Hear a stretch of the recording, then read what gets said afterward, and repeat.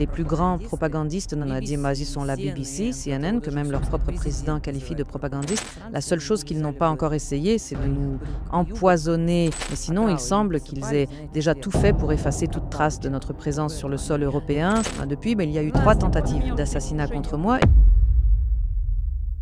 Chers internautes, je suis très honorée. Je suis en présence de Margarita Simonian, la créatrice et la fondatrice de RT, RT Monde, Russia Today, ce qu'on connaissait, et Sputnik, et je suis enfin en sa compagnie.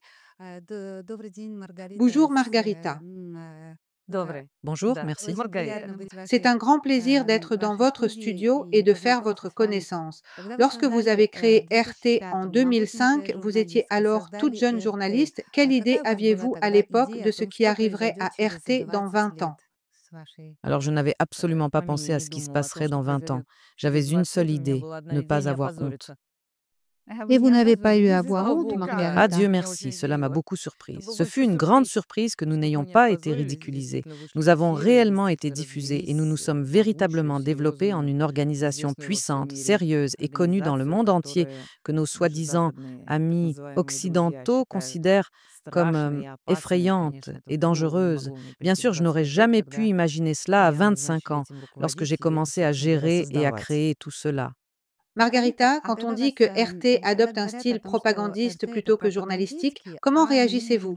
Expliquez журналистический стиль, cela à вот nos как вы на это téléspectateurs français, реагируете? car Объясните tous nos нашим médias français зрителям. le Donc, disent. qui dit cela, par exemple? Ну, Ah, mais говорят tous les все médias. медиа, Ce говорят sont les пропагандисты, propagandistes а qui le никакие не disent все et non pas медиа. tous les Я уверена, médias. что ваши Je медиа suis так не sûre que votre говорит. média ne dit pas cela. Это, Vous savez, знаете, il y a un есть такая proverbe русская russe qui поговорка: dit: «По себе «On ne людей не juge pas судят». les autres d'après soi-même». Самые главные Les plus grands пропагандисты propagandistes néo-nazis BBC, sont la BBC, CNN, CNN, которого que даже même их leur собственный propre président президент qualifie de называет propagandistes. пропагандистами. Ce sont eux Это qui le говорят disent. они. Les gens А normaux ne нормальные люди parlent так pas не comme ça. говорят. Pourquoi Зачем мы devrions-nous будем nous оправдываться justifier face à перед des gens нормальными? anormaux?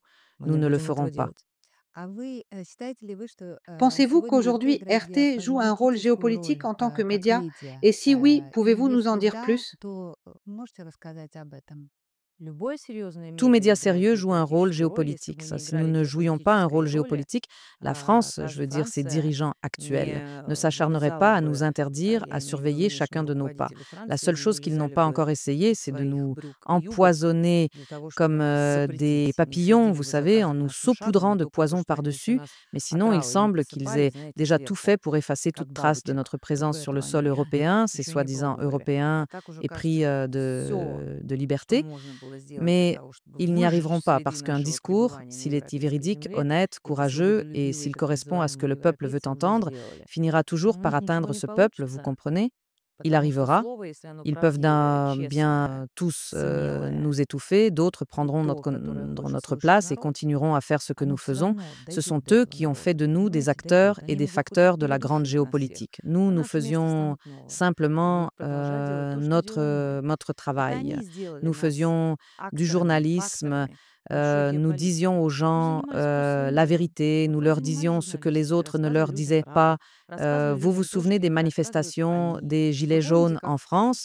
Vous vous souvenez comment ils défilaient avec des pancartes portant notre logo en criant «Merci RT, merci RT». Pourquoi? Parce que ces médias, soi-disant non propagandistes, mais en réalité complètement dépendants de leur gouvernement, ces grands médias français, comme on leur avait ordonné, ne montraient pas ces manifestations, ne les soutenaient pas, les réprimaient, les humiliaient, les ignoraient, tandis que nous, nous leur donnions la parole. Eh bien, cela a semblé trop effrayant aux autorités françaises et elles nous ont interdit. Mais vous savez, celui qui rit le dernier rit le mieux.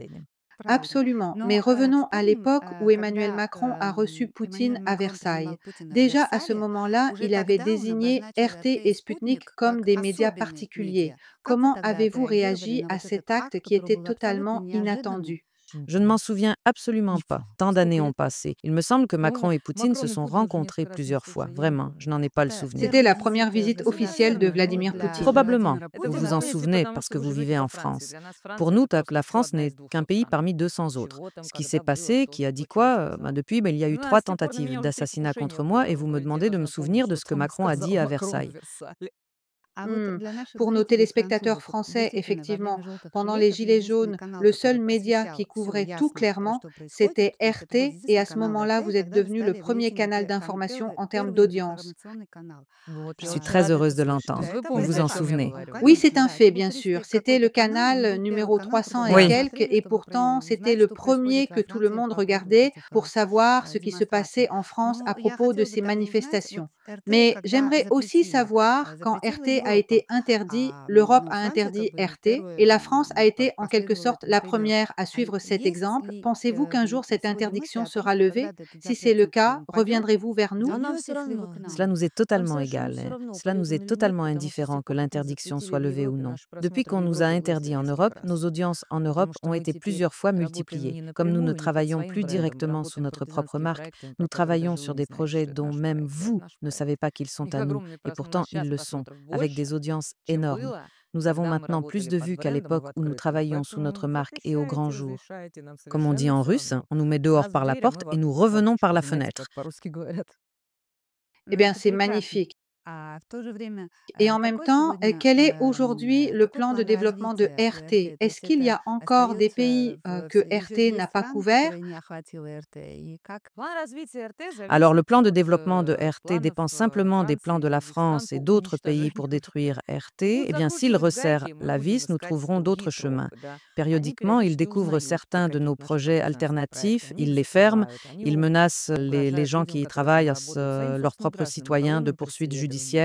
Nous contournons tout cela, nous essayons de le contourner et nous continuerons à le faire. Ce jeu du chat et de la souris, cette course-poursuite va durer très longtemps. En attendant, comme on dit en Amérique, pendant qu'on ne nous laisse pas travailler comme une vraie télévision, une télévision classique qui coûte très cher, contrairement aux médias alternatifs. Nous investissons cet argent dans le développement de nos projets en Inde ainsi qu'Afrique. Nous sommes devenus le média leader en Afrique et dans le Sud global. Pendant qu'on nous autorisait chez vous, nous n'avions pas les moyens de nous occuper du Sud global parce que nous manquions d'argent. Il fallait construire une chaîne à Berlin et nous l'avons fait. Construire une chaîne à Paris, construire une chaîne entière, ça coûte cher et nous l'avons fait.